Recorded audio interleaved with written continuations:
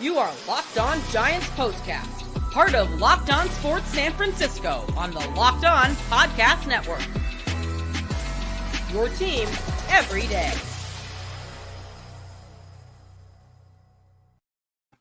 Yo, what's up, everyone, and welcome back to the Locked On Giants Postcast. I'm your host, Eric Triple E Engel. You may know me as the former producer for the Murph and Mac Morning Show on KMBR. The Giants lose again in extra innings because they couldn't score the Manfred man and the other team could. Final score 6-5 out in Seattle. Way too many free 90s from the Giants today. Just gifted this win to the Mariners. Went up to Seattle, hand wrapped them a present, and just delivered it right to their door.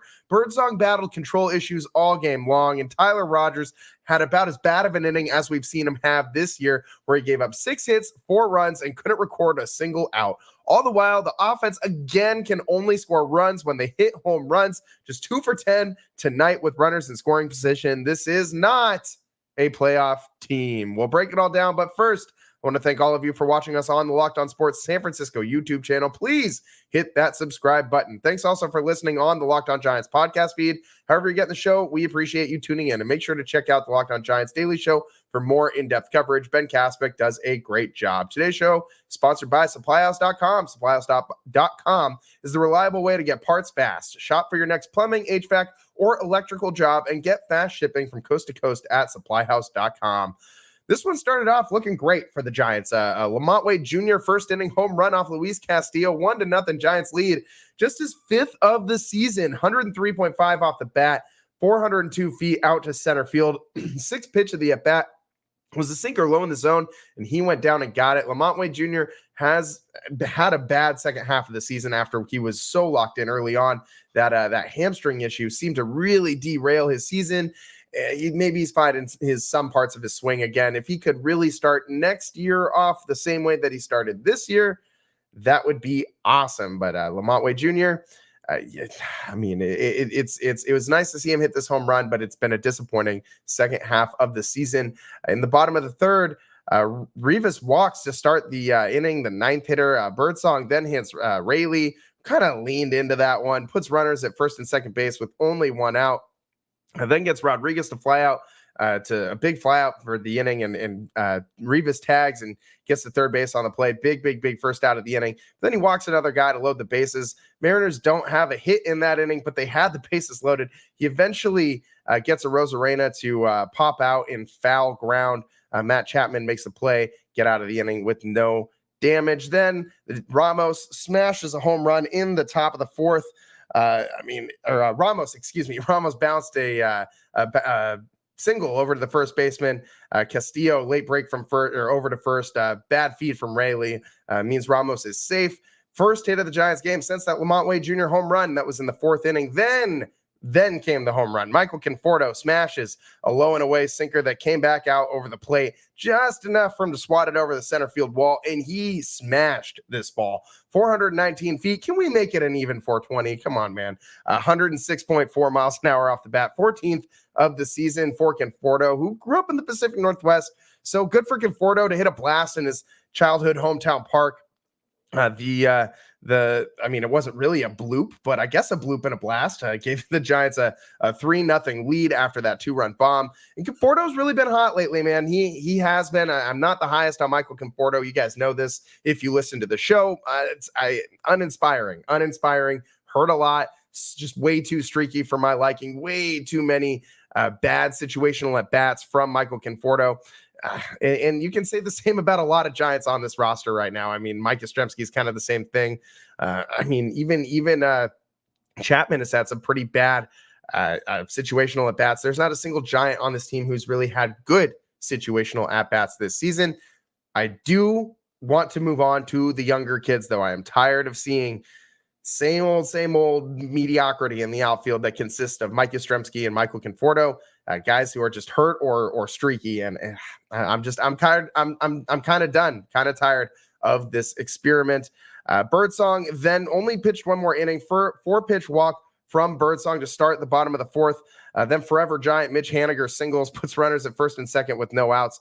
Gets 2 flyouts to left field. Ramos, nice play on one of them, was more of a line drive than a flyout. It was hit right at him, and he made the right play this time. We've seen him make the wrong play on those balls a lot this season.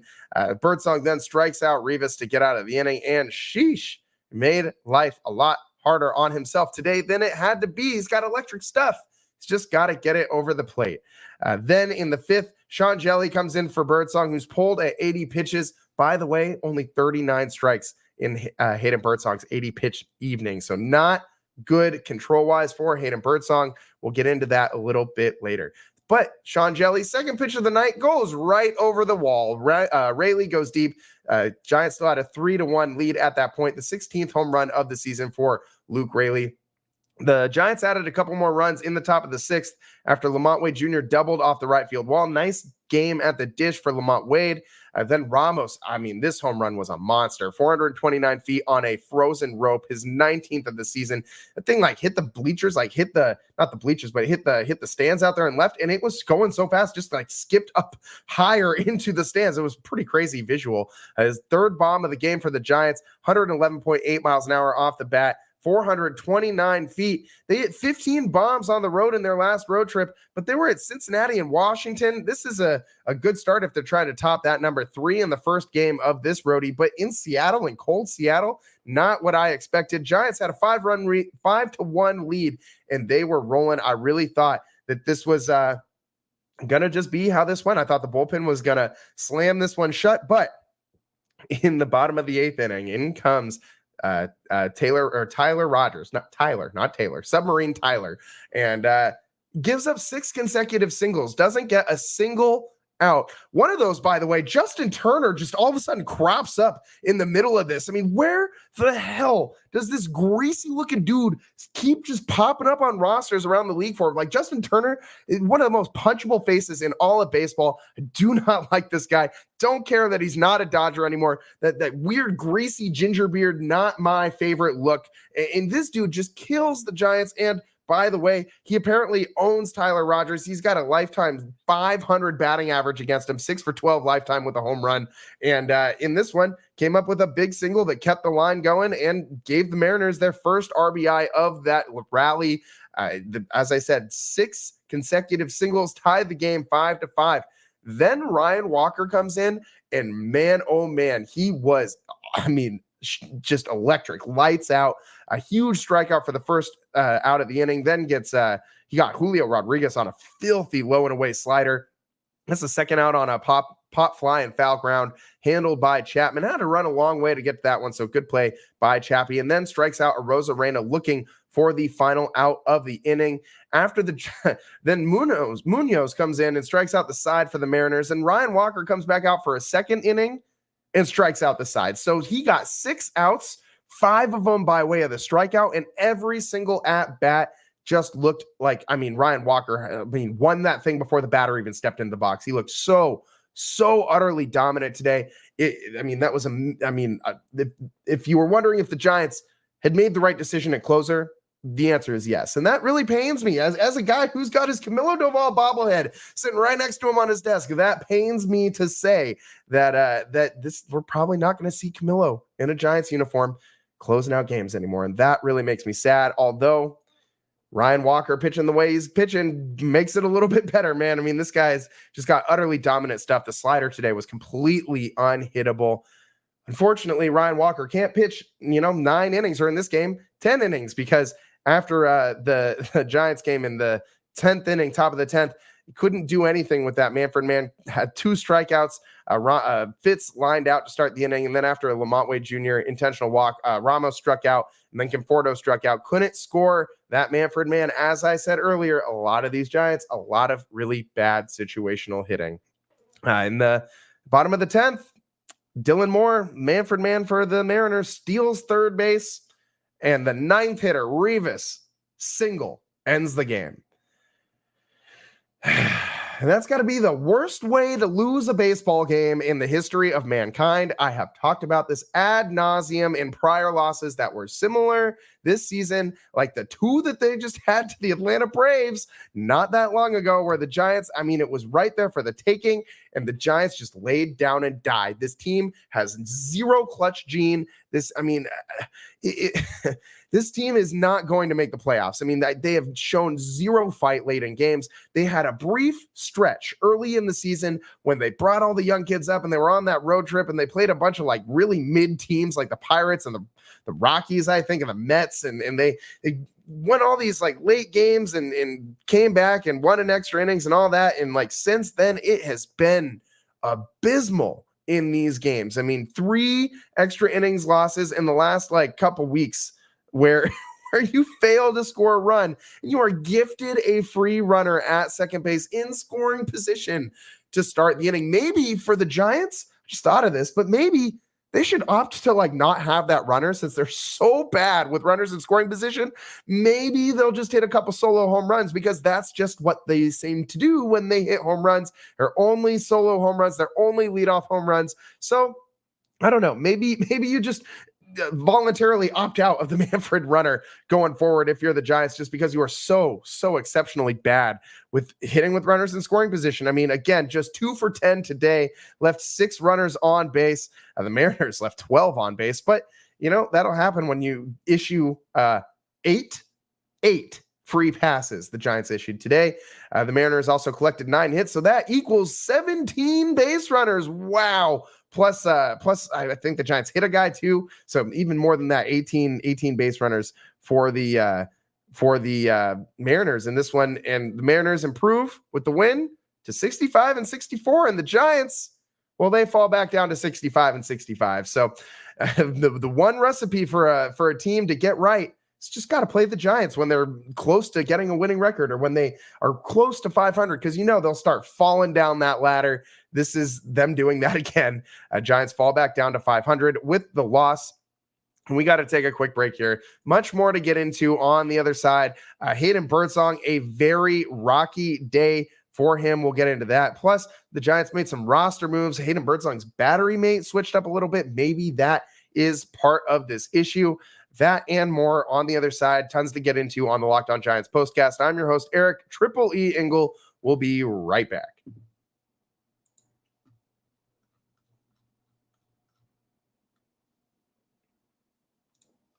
Today's show is sponsored by Liquid IV.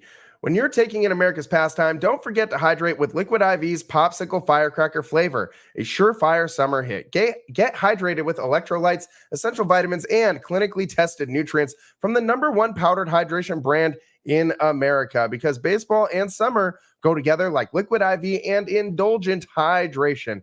I live a pretty active lifestyle, from concerts to rec league sports to backpacking trips in the summer and snowboarding trips in the winter. I'm an active guy and I need to make sure I stay hydrated. Liquid IV never lets me down. It's super convenient and always tastes great. Liquid IV is more than just a drink. It's a science-backed way to hydrate better. Tear, pour, and live more. 1 stick plus 16 ounces hydrates better than just water alone. Powered by LIV Hydroscience, trademarked, an optimized ratio of electrolytes, essential vitamins, and clinically tested nutrients that turn ordinary water into extraordinary hydration. 3 times the electrolytes of the leading sports drink, 8 essential vitamins and nutrients, always non-GMO, vegan, gluten-free, dairy-free, and soy-free. So no more thirsty summers when you indulge in hydration with Liquid IV. Get 20% off your first order of Liquid IV when you go to liquidiv.com and use code MLB at checkout. That's 20% off your first order when you shop Better Hydration today using promo code MLB at liquidiv.com. And today's show is also sponsored by SupplyHouse. Get supplies from the site that's made for the skilled trades, SupplyHouse.com. SupplyHouse.com is the reliable way to order plumbing, HVAC, and electrical products online. Their easy-to-use website is jam-packed with helpful resources and the latest product info to help you get the job done right. Shop a complete inventory of over 200,000 parts from over 400 top brands and get your order delivered right to your door with fast shipping from coast to coast. Need help with an order? Get expert support and industry-leading service from the friendliest folks in the business and talk to a real person every time. Pros in the skilled trades can get a competitive edge by joining SupplyHouse.com's free Trade Master program. Every Trade Master gets access to a dedicated phone line, free shipping, and discounts on every order. Did I mention it's free? Join the thousands of trade pros already benefiting from their free membership at supplyhouse.com/T-M and order plumbing, HVAC, and electrical supplies from anywhere with just a few clicks at supplyhouse.com.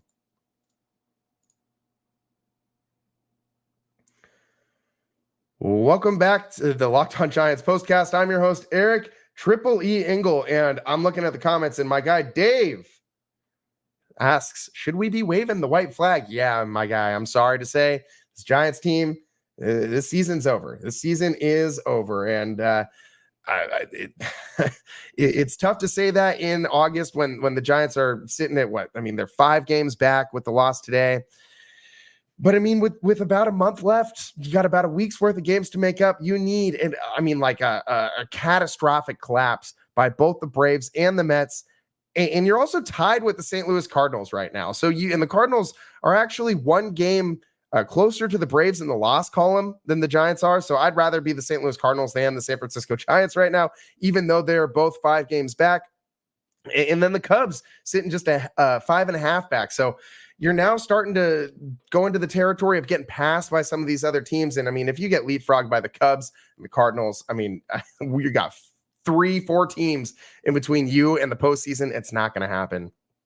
It's just not. This Giants pitching staff is not enough to get them over the hill. And inevitably, they ran into some growing pains with some of their young starters. And that was evident tonight again by Hayden Birdsong, who's had a rough month of August. I mean, this guy's ERA this month is over 10. He has had a lot of control issues. I mean, he had a couple blow-up starts, but today he managed to do pretty well. I mean, if you just look at the numbers, it's kind of confusing because you're looking at the numbers and you're like, okay, well, this guy had a pretty good game. I mean, he only gave up 1 hit and no runs, and he had 5 strikeouts. Why did he only pitch 4 innings? Well, in those 4 innings, he issued 4 walks. A couple of them were just 4 pitch at-bats, 4 pitch walks. And he just really looked like he was struggling, laboring through every single inning, through 80 pitches through his first 4 innings of work. 39 of them were strikes. So that means he threw more balls than he did strikes. 41 balls, 39 strikes. That's not good, I don't think. I mean, I don't think that that's how you end up getting outs, is by giving free passes. And I mean, obviously, 4 walks equates to basically 1 run. If you walk 4 guys in a row, you end up walking in a run. So 4 free base runners is entirely too many free passes to give up to a team like the Mariners. I mean, the Mariners aren't the best team in baseball, but they're, I mean, a decent team. They have a dangerous offense. And if you keep giving them free passes, they're going to eventually make you pay. And we saw that today. Weirdly enough, a lot of those runs came when the Mariners weren't drawing walks. They scored the bulk of their runs in that blow up inning by Rogers, who didn't issue a single walk in that stretch of 6 consecutive singles that he gave up. But nonetheless, you're laboring through this game. I mean, if Birdsong was able to pitch a little bit deeper, maybe this one goes a little bit different. But one thing that I thought was interesting was before this game, the Giants DFA Jackson Reitz, who, you know, he's not lighting the world on fire. I mean, he had a nice moment with the home run in his MLB debut earlier this year. Maybe it was the second day after he made his debut. I'm not quite sure, but in that first series that he debuted and smashed that home run, it was a nice moment for Jackson Reitz, and he showed some ability behind the plate as well defensively. But the Giants make the choice to DFA him and sign Andrew Knapp. And this kid, I say kid, he's 2 years older than me, 33 years old out of Roseville, or 32 years old, out of Roseville. And he was a former second-round pick by the Phillies back in 2013. So he has had some time in the bigs. Made his MLB debut in 2017. So this guy's been around a little bit. He caught a pretty good game. Saw him stealing some strikes back there with the frame job, but for a young guy like Hayden Birdsong to just switch up your battery mate like this, and I'm assuming Birdsong probably threw to Jackson Reitz at least once or twice in AAA. I'm not really sure why you do this today. Maybe if you're going to switch up your battery mates, I get Casali probably couldn't go today, but maybe you let Jackson Reitz catch this last game, and then you go and sign Andrew Knapp and DFA Reitz and all that. after your 22-year-old rookie makes a start with a more comfortable battery mate, maybe that helps him not have 41 balls and 39 strikes. And by the way, Knapp stole a few of those strikes. So, I mean, I'm not really sure why the Giants are making the moves that they're making right now. I mean, getting rid of a young kid for a 32-year-old veteran at catcher. I mean, maybe if you're still in the playoff race, you do this move. But I think at this point, you kind of just let the kids play. You let the young guys come up. You see what you got, and you clean house for next year. I'm not really sure why the Giants are doing what they're doing right now. I think you want to set up your young rookie pitcher who's like, lighting the world on fire. I think you want to do your best to set him up for success. And I don't think DFAing a battery mate that he's familiar with for a guy that he's not is setting him up for success. So, I mean, very, very, very tough way to lose this game, man. And just, it seems like the Giants are doing everything they can to shoot themselves in the foot. It's just interesting. Very, very, very interesting. And I'm not sure why Tyler Rogers was left out there for so long, just dying on the line out there in that inning. But I mean, Ryan Walker got up way too late warming up in that in that frame, and tough. And I mean, Birdsong, although he didn't pitch super great, he still only gave up one hit. I mean, no runs. I maybe would have liked to see him go a little bit longer because the Giants did have that big lead by the time he came out. So would have been nice to see him pitch a couple more innings, or maybe even just one more before having to turn to that bullpen. But this is now 2 games in a row where Bob Melvin's made some really questionable bullpen management decisions where he's not getting guys up until it's way too late.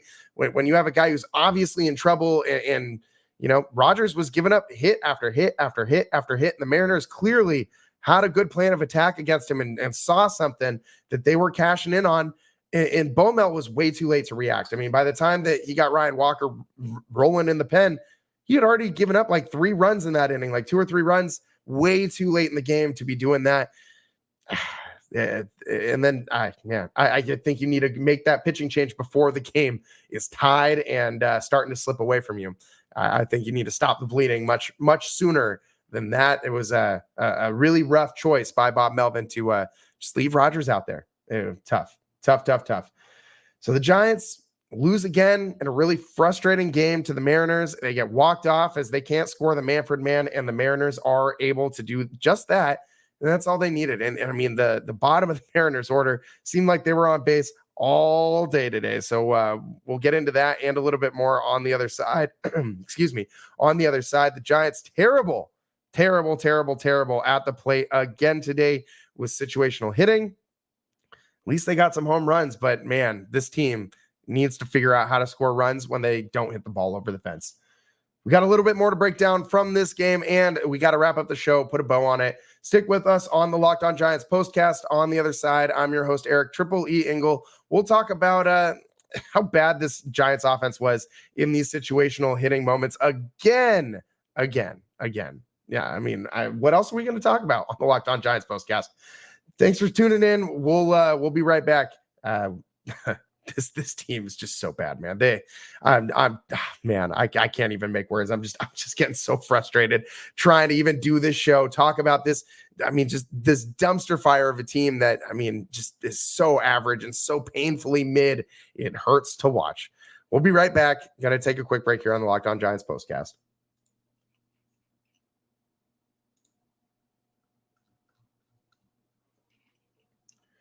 Today's show is sponsored by TonaI. When life gets busy, fitting in a workout can be stressful. With TonaI, you get efficient workouts. Active too, I'm assuming. Personalized just for you and are available with the amount of time that you have to work out. TonaI is the world's smartest and most effective strength training program that helps you get stronger. Powered by AI, TonaI learns with every rep so it can deliver workouts personalized just for you.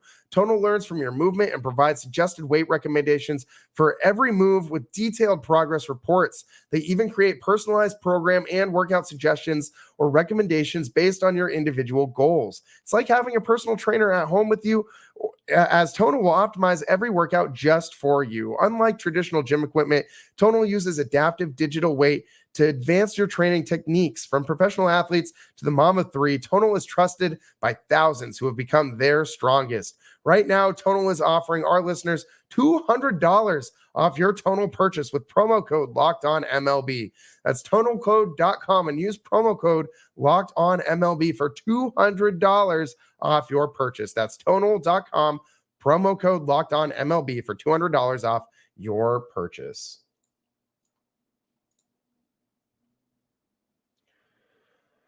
Welcome back to the Locked On Giants postcast. I'm your host, Eric Triple E Engel. Today, the Giants lose in extras 6-5 to the Seattle Mariners, as Giants couldn't score the Manfred man, and the Mariners could. Giants completely just handed this game over to the Mariners. Bob Melvin asleep at the wheel in the 8th inning. I mean, I've kind of refused to call him this all year because I didn't like the nickname, but he's living up to the Sleepy Bo Mel nickname right now, man. I mean, he kind of looking like old tired grandpa in the rocking chair, just kind of nodding out, waking up. Oh, how many runs we give up this inning? Okay, get someone going in the pen. I mean, what is Bob Melvin doing? Just sitting there with his thumb, you know where, while the Giants are starting to lose and just reeling, falling apart at the seams, and he's just sitting back, letting it happen. And I'm not sure why. Meanwhile, this Giants offense, again, with as long as you got a runner on second and third, can't hit water if you fell out of a boat, because this team's just allergic to base hits when you got runners in scoring position. And again, more terrible situational hitting tonight. And I'm just getting so tired of seeing these huge strikeout numbers for the Giants. 18 strikeouts. You had 8 more outs recorded via strikeout than any other way. You only had 10 outs in this game that were not recorded via strikeout with this Giants offense. I mean, just, oh my God, Tyler Fitzgerald 0 for 5 with 4 strikeouts. Are you kidding me? Matt Chapman 0 for 4 with 2 strikeouts. You can't have those two guys go 0 for 9 with a combined 6 strikeouts in the same game. That is, I mean, putrid, absolutely putrid. I'm looking through to see if a single Giant didn't strike out, and the only 2 Giants to not strike out also both didn't have at-bats. Casey Schmidt didn't strike out, came in as a pinch runner. Kurt Casale came in as a defensive substitution, also didn't get an at-bat. Every single Giant who had an at-bat today had at least 1 strikeout. I mean, please. I know Pat Burrell was who he was. I know he's the Giants hitting coach, and I like Pat Burrell. I've had many discussions with him. One of my favorite random memories was I was just driving over in the East Bay one day, and Pat Burrell called me because he missed my phone call when I was still producing Murph and Mac, trying to book him for the show. And dude just starts talking baseball with me for like 5-10 minutes, just starts rapping with me about it. He's a good dude. He's a fun guy to talk to. But I need Pat the Bat to start teaching these Giants hitters how to do things other than hit a home run or strike out. And I know that's a lot of what that guy made his money doing, made his living doing, but not everybody in this lineup is Pat Burrell. You need guys in this lineup that can lay down bunts.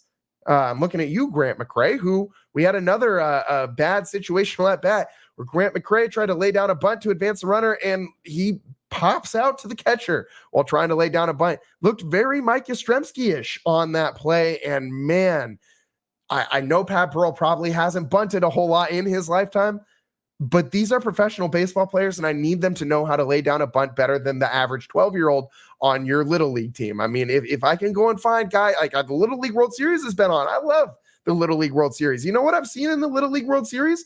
It's a lot better situational baseball than I've seen the Giants doing. I mean, I've seen kids who know how to lay down a bunt or two. I've seen kids who know how to not strike out when you absolutely cannot have a strikeout. And I have not seen the Giants do this in some time. This team is so putrid in these moments, and I don't know why, and it drives me insane. I've said it before. It just makes me want to smash my head into a glass window and hope that the glass shards poke out my eyes so I don't have to watch any more of these awful, terrible at-bats. This Giants team is just, I mean, they've been so close in so many games. I mean, the difference between them being a really good team and being a really bad team. I mean, I need to do some research and see how many games the Giants have lost by just 1 run. But I mean, just off the top of my head, I can think of 4 games, including this one, in the last couple of weeks. I mean, we talk about that final game of the Tigers series where they easily could have won that game. It was tied in I think the bottom of the 8th, and they just kind of gave up a free run with a bunch of free 90s and I mean, let the Tigers of all teams come back and beat you. And then the 2 games against the Braves where it was right there for you and you just couldn't score the Manfred man. And then this one, again, the same thing.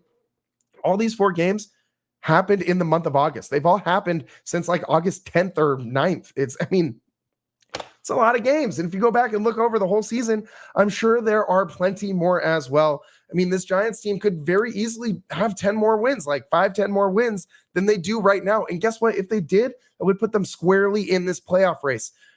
But they're just not a clutch team. They don't have that late inning magic. They lay down and die in these big moments. And when the chips are down, they strike out a lot. And I mean, the pitching hasn't been able to put it together for the whole season. When the starters are have their stuff together, the bullpen seems to not. When the bullpen's got it going on, starting pitching is either completely injured and everybody's like the infirmary ward, or they're just not the same guys that they normally are. And I mean, we've seen some blow-up games recently by a lot of blow-up games recently since Farhan declared that this was the best starting pitching staff in all of baseball, and that's not a very good look. So the Giants lose this one 6-5 out there in Seattle. And that's pretty much all the time we got for you guys on this Locked On Giants postcast. But I do want to add one thing before we wrap this one up. I got to let you guys know, if you weren't already tuned in for the Locked On 49ers postcast, which we just wrapped up prior to this Giants postcast, make sure you tune in for those as well. I mean, if you're looking for something to distract you from this abysmal Giants team and them just circling the drain and the slow death of the 2024 season, we got the 49ers gearing up for another Super Bowl push. Hopefully this time they can climb that mountain, because my God, I cannot handle another 49ers Super Bowl loss in my lifetime. At least if they can win one, and then they can start losing more Super Bowls again. I'll be okay with that. But I need the 49ers to win with this team, with this squad that they have, how it's currently constructed. If they don't, this roster is going to get a lot worse in the coming years, and I'm terrified of what that will look like. But tune in, Locked On Giants Locked On Giants postcast. That's what we are watching right now. Locked On 49ers postcast. So if you're following the YouTube channel on the Locked On Sports San Francisco YouTube channel, you can get that show there as well. Or you can tune in wherever you're getting your podcast. Instead of the Locked On Giants feed, look for the Locked On 49ers feed, and make sure you're checking out the daily shows as well. Not just for Locked On 49ers, for Locked On Giants as well. I mean, Ben Caswick does a great job for Locked On Giants, and for Locked On 49ers, Brian Peacock, my guy, he does a great job as well. I love Brian Peacock's shows. I've been listening to it long since before I started working for Locked On. I've been listening to Brian's show for years. I think he does a really wonderful job. So make sure you're tuning in for the daily shows, the postcast. Just subscribe to the channel and you'll get it all, man. That's all you got to do. Just subscribe to the channel. So that's all the time that we got for you guys today. Locked On Giants postcast rolls on tomorrow as the Giants take on the Mariners in the second game of this series, as this season slowly dies. Thanks for tuning in. We'll see you next time. Peace.